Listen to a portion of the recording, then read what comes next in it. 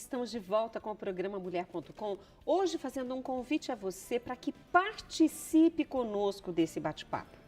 Quando a gente fala do Setembro Amarelo, e vai ser explicado daqui a pouquinho, a gente pensa assim, esse negócio de cor não tem nada a ver comigo, tem tudo a ver com você.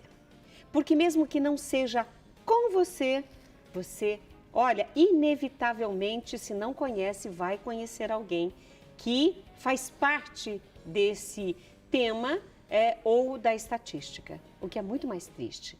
Então, bora começar a prestar atenção, porque hoje a gente recebe com muito carinho aqui a psicóloga clínica, está aqui conosco a Elisa Maria Pereira. E você é muito bem-vinda, viu, Elisa? Obrigada, Rita. E hoje eu vi que você até veio com a cor amarelo, né? E aí é interessante porque cada cor, né? Nós fizemos o agosto dourado por conta da amamentação, mas tem também uma outra cor em agosto que nós falamos sobre o roxo, que é o lilás, né? Que é contra a violência contra a mulher. Então tem várias cores nos chamando. Setembro Amarelo é algo muito maior. Muito maior. E as pessoas às vezes não se dão conta. Explica para nós. Sim. E até é importante as pessoas que estão em casa, de repente, chamar, né, outras pessoas, porque a campanha Setembro Amarelo, ela salva vidas, Rita. Ela salva vidas quando a gente tem a informação, porque a campanha Setembro Amarelo, ela é para conscientizar sobre a prevenção do suicídio. E aí, às vezes, a gente acha que a coisa está longe da gente, né? E muitas vezes pode ter alguns comportamentos que pessoas ao nosso redor, tanto na nossa casa como, às vezes, no trabalho, podem estar apresentando. E isso, se nós ficarmos atentos, pode salvar vidas. E aí a gente pensa assim, mas nossa, suicídio é um tema pesado. A mídia, de certa forma, durante muito tempo não falava, não noticiava, já era um acordo nas mídias, seja impressa, televisiva, radiofônica, todas as mídias, nós não falávamos sobre esse tema. Por quê? Para não incentivar. Era o pensamento, por décadas, de não se falar no suicídio. Só que a pessoa que está naquela tristeza ou nestes pensamentos de morte, elas precisam de ajuda. E sem falarmos sobre isso, sem alertarmos as pessoas, mais e mais pessoas aí sim vão tirar a sua vida. Eu estou muito feliz que você esteja aqui hoje para a gente justamente abordar de uma forma consciente e orientativa para prevenirmos aí o suicídio. Sim, Rita, porque sempre foi um tabu, né? Falar por conta disso, achar que vai incentivar, e muito pelo contrário. Quando as pessoas têm a informação, elas podem ajudar as pessoas, né? Então, por isso que essa campanha, ela foi organizada, né? Começou lá em 1994, onde um jovem de 17 anos, lá nos Estados Unidos, o Mike, se suicidou. E aí, o que aconteceu? Era um jovem muito querido. Então, assim, no velório, eles se organizaram e foram de amarelo. E os pais e os amigos levavam fitinhas dizendo assim, se precisar, peça ajuda. E assim, fitas que para ajudar as pessoas, né? Então começou lá, bem pequenininho, e o movimento foi aumentando. No Brasil, chegou mais ou menos em 2014, 2015, e aí cada ano aumenta a campanha, porque a gente vai entender que muitas questões, transtornos mentais, né, a gente tem que estar alerta até para os transtornos mentais, que pode levar a um pensamento suicida.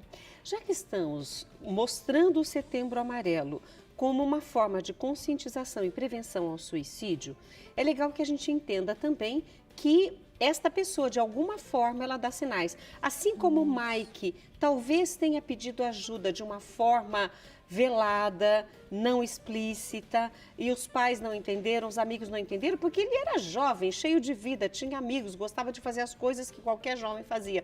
E, de repente, ele se foi. Sim, então, antigamente se achava que já a pessoa pensava em suicídio e já cometia o ato.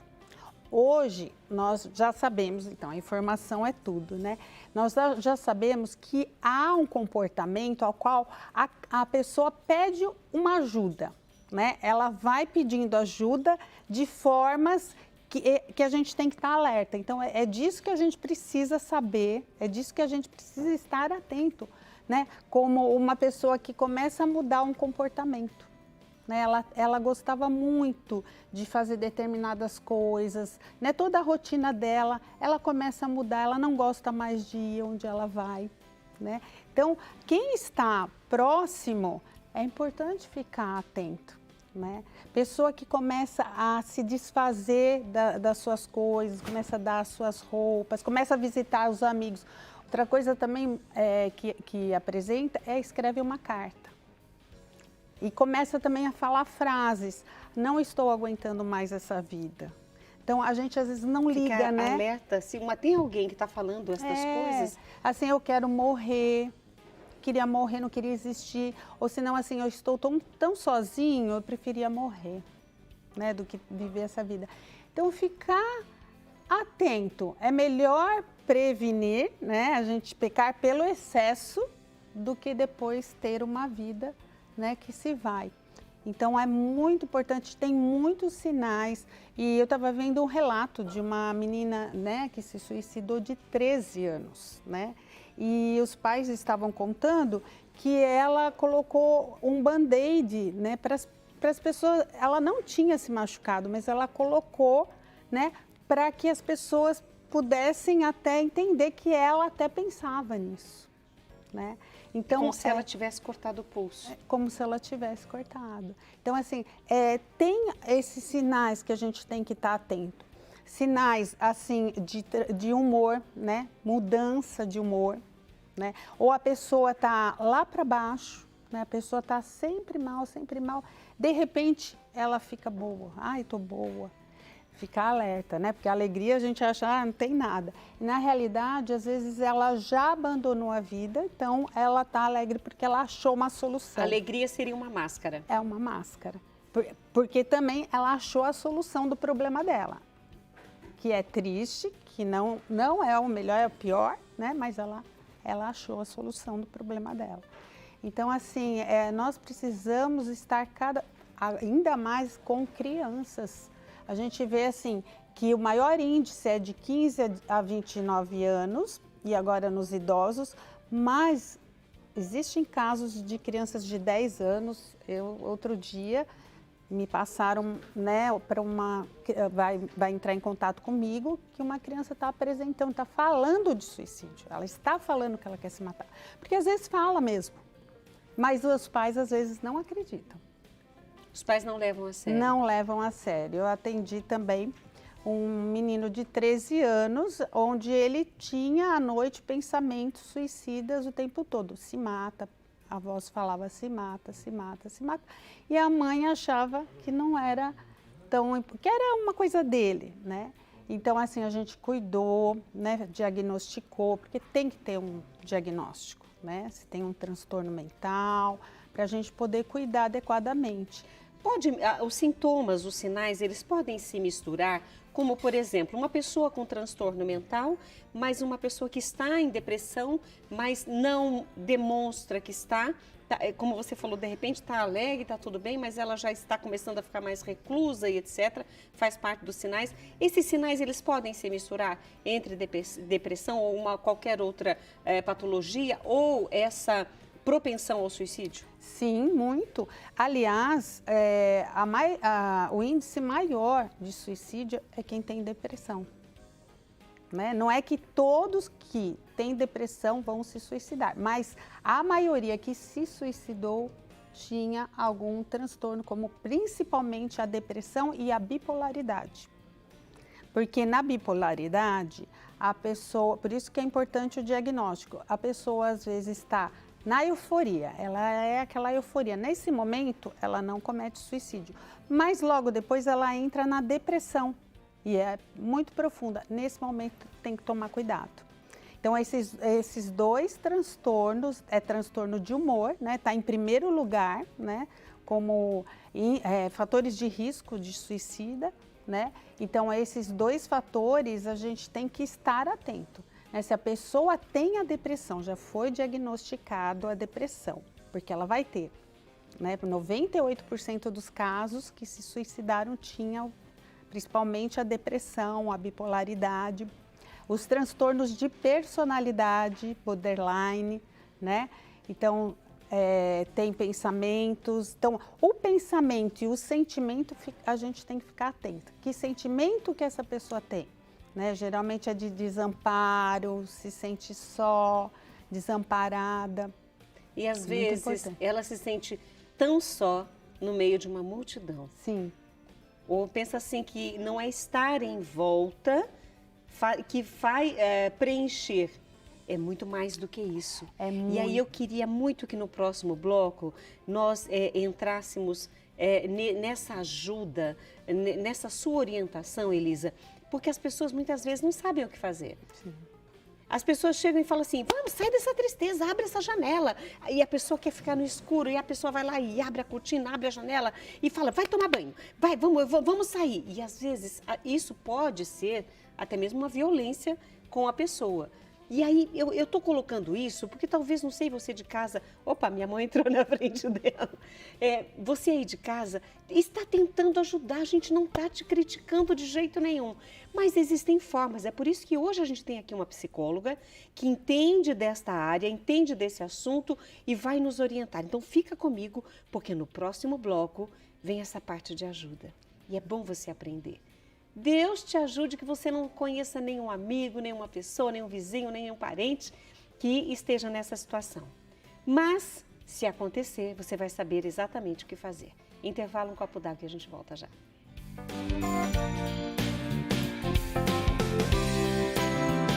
Olha aqui quem está comigo. Muito obrigada, Marta Silva. Eu gostei, Marta. Boa tarde, jovem. Eu sou jovem há mais tempo, mas sou jovem. Gostei disso, viu, Marta? A Luzia Bezerra Paz Nogueira colocou, boa tarde, jovem. Boa tarde, jovem. Boa tarde, jovem. É uma conversa entre vocês aqui. Gostei disso, viu? Carla Fogliene, de São Paulo, capital. Oi, Ritinha, boa tarde. Você... obrigada, amore. Obrigada mesmo. Parabéns por esse programa maravilhoso que ajuda e cuida de tantas pessoas. Estou aqui trabalhando ligadinha, isso mesmo. Maria Lúcia, boa tarde, gente boa. Maria Conceição, boa tarde. Que delícia de cafta, eu também achei. Olha, essa cafta maravilhosa. A Bernadette Lopes, lá de Paulínia, ela colocou, boa tarde, gente boa, cafta abençoada. Fica ainda melhor. Eu também acho, com bênção tudo é bom. E ela colocou, também amo comida árabe, meu pai fazia. Boa tarde, nos diz aqui a Maria Isabel e a Olga Homer também, ó. Chegou aí? Então, E eu tô aqui pensando que vocês iam fazer perguntas para um tema tão sério como esse. Tô esperando, ó. Quero ver aqui quem vai fazer perguntas ou se já está tão abastecida de informações que está só prestando atenção. Mas tem muita gente que precisa aprender. Inclusive, nós falamos no bloco anterior sobre os sinais, né, que uma pessoa emite. Ela diz assim, é como se ela dissesse algo para você que não está bem com ela. E às vezes a gente não presta atenção, a gente, sabe, acha que está normal. Foi só uma... A gente não pode desprezar nenhum dos sinais, porque isso acontece no mundo todo. O que acontece com as pessoas aqui acontecem também com outras pessoas em vários lugares do mundo. Sim, sim. No mundo são 800 mil casos por ano, né? Então é muita coisa. Em cada 40 segundos uma pessoa comete suicídio. 40 segundos? 40 segundos. A cada 3 segundos uma pessoa tenta o suicídio. Então, enquanto a gente está aqui, né, você faz... Várias pessoas já ceifaram suas vidas. Muitas pessoas, né? Então, é muito importante ajudar, porque a gente acha que ela quer morrer. Ela não quer morrer. ela quer aliviar a dor. A dor é muito grande, a dor é intensa, então ela quer aliviar a dor. E aí não é frescura. Muita gente usa esse termo, né? Exatamente, não é frescura. Por quê? Porque tem uma alteração de pensamento e de sentimento. Ela não está equilibrada, porque nós temos um equilíbrio para lidar com as frustrações, com as dificuldades da vida. Nós temos um equilíbrio, mas essa pessoa ela não consegue equilibrar. Ela não consegue, então, ela não consegue lidar com as situações. Então, ela está com uma dor imensa. Ela quer acabar com a dor, ela não queria acabar com a vida dela. Mas ela tem uma urgência, entra no desamparo, né? Num desespero total. Então, ela acaba cometendo suicídio. E, assim, quando uma pessoa se suicida, 6 pessoas ao redor sofrem com isso. Pai, mãe, amigos, que precisam buscar ainda ajuda também, né? Então, às vezes uma pessoa leva mais 20 a se suicidar. Quando um ídolo se suicida, ele leva outros a se suicidar. Então, você vê que é uma rede que nós precisamos parar, né?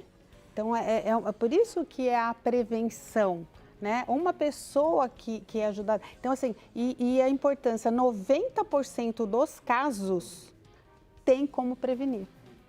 Então, de 10, 9 pessoas nós conseguimos ajudar. Se nós observarmos os sinais, podemos ajudar. Agora, como ajudar?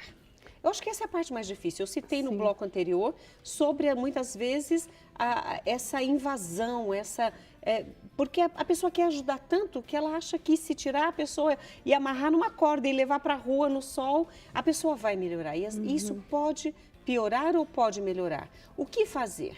Sim, primeiro, o momento que você observou esses sinais, né? Você vai ter que chamar essa pessoa num lugar calmo, né? E poder conversar. O segredo é a escuta. A escuta. Escutar a pessoa, porque geralmente, se ela falar disso, ela vai ser criticada. Ou banaliza-se. E essa pessoa que está lá, olha, estou aqui para te ajudar, né? Estou sem julgamentos. Mais importante é sem isso, julgamentos. Rita. O mais importante é sem julgamentos, né? Eu quero escutar a sua dor. Eu estou aqui para escutar, estou junto com você. Porque o que acontece? Eles se sentem desconectados do mundo, desconectados das pessoas. Então, você ter essa conexão, olho no olho, né? Essa empatia pelo outro, isso é necessário, né? Nós temos a empatia, porque a gente acha que é um serviço, né? Esse combater, esse prevenir, de um psicólogo, de um apresentador, né? Das redes, só que são de todas as pessoas, né? Porque cada um conhece alguma pessoa com depressão profunda, porque a depressão tem aquela leve, né? Uma tristeza, uma falta de vontade, de prazer, mas tem aquela profunda que a pessoa não sai de casa, não sai para trabalhar.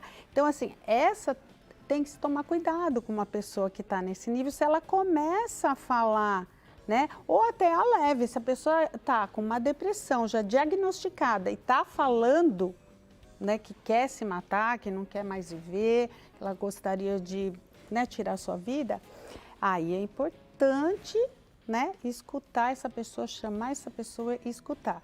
E na hora, assim, observar, perguntar, você já fez planos para essa morte, né? Se ela já fez isso ou não. Porque às vezes ela só tem o pensamento, mas ela fala, não, eu não pensei como me matar. Melhor. Mas às vezes a pessoa vai contar o plano, né? Então, é nesse momento que eu preciso pegar essa pessoa, encaminhar para o profissional.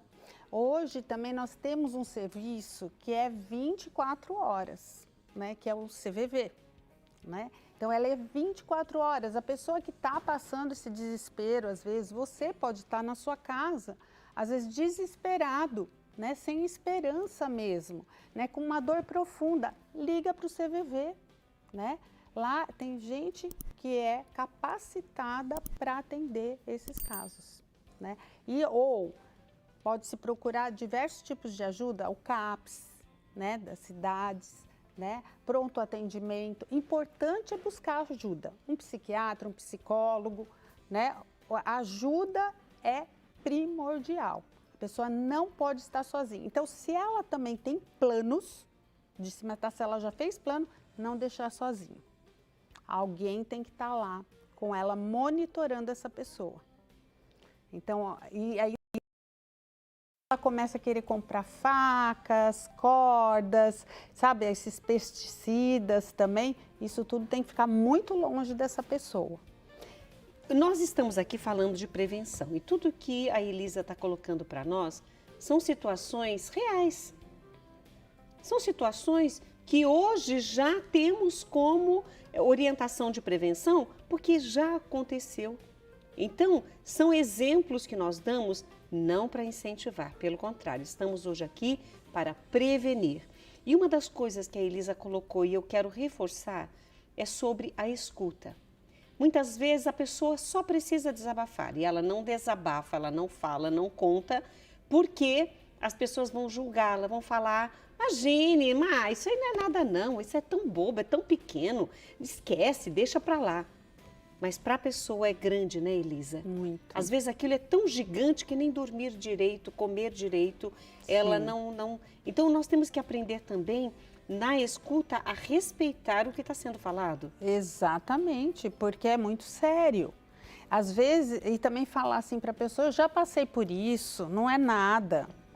Não é para banalizar, não banalize. Não ajuda, não ajuda. Crítica, sermão, não ajuda. O que ajuda mesmo é escutar, estar junto, falar: olha, oferecer ajuda. Estou aqui, vamos, eu vou te levar, ou encaminhar essa pessoa para algum lugar. Não deixar essa pessoa só, né? E as mães também tomar muito cuidado, né, com o que a gente estava conversando, com o que os filhos estão assistindo, né?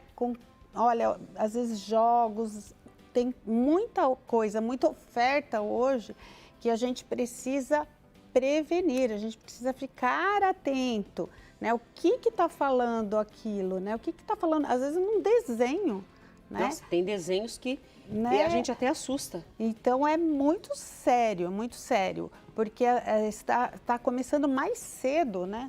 Crianças de 10 anos, né? E a gente observa que muitos dos assassinos que a história conta recentemente também foram através dos games, de desenhos, de coisas que viam e achavam e traziam do virtual para a realidade, tirando a vida de outras pessoas. Mas aqui a gente está falando sobre suicídio e eu quero só, a gente tem alguns segundos, lembrar que o alcoolismo também faz parte desse quadro de sinais. Sim, um fator de risco, né? É o alcoolismo também, as drogas, a dependência química em geral, né? Porque naquele momento que a pessoa ela já está vindo com um quadro de depressão e ela usa, né, alguma substância, ela pode vir a cometer o suicídio. E também a esquizofrenia, porque a pessoa escuta as vozes, né, dizendo para ela se matar. Então também é um fator de risco, né? Não que todos que tenham vão se suicidar, mas os que se suicidaram tinham algum tipo de transtorno. Elisa, eu quero agradecer a sua participação. Obrigado por vir nos alertar em relação ao Setembro Amarelo. Aí o pessoal já fica ligada na cor, porque se tiver mais orientações, que as pessoas busquem numa fonte mais fidedigna, mais confiável para fazer a coisa certa. Obrigada por estar conosco. Eu que agradeço. E vocês aí, né, se precisar, peça ajuda. E olha, conversamos aqui com a psicóloga Elisa Maria Pereira, psicóloga clínica, palestrante, faz mentoria de casais e atende, como ela já colocou, crianças, adolescentes, adultos, para ajudar essas pessoas. E quando uma pessoa está com depressão, ela precisa mais do que o psicólogo, mais do que o psiquiatra, ela precisa de gente para amá-la. Às vezes, o amor transforma mais e cura mais do que remédio. Intervalo, um copo d'água e a gente volta já.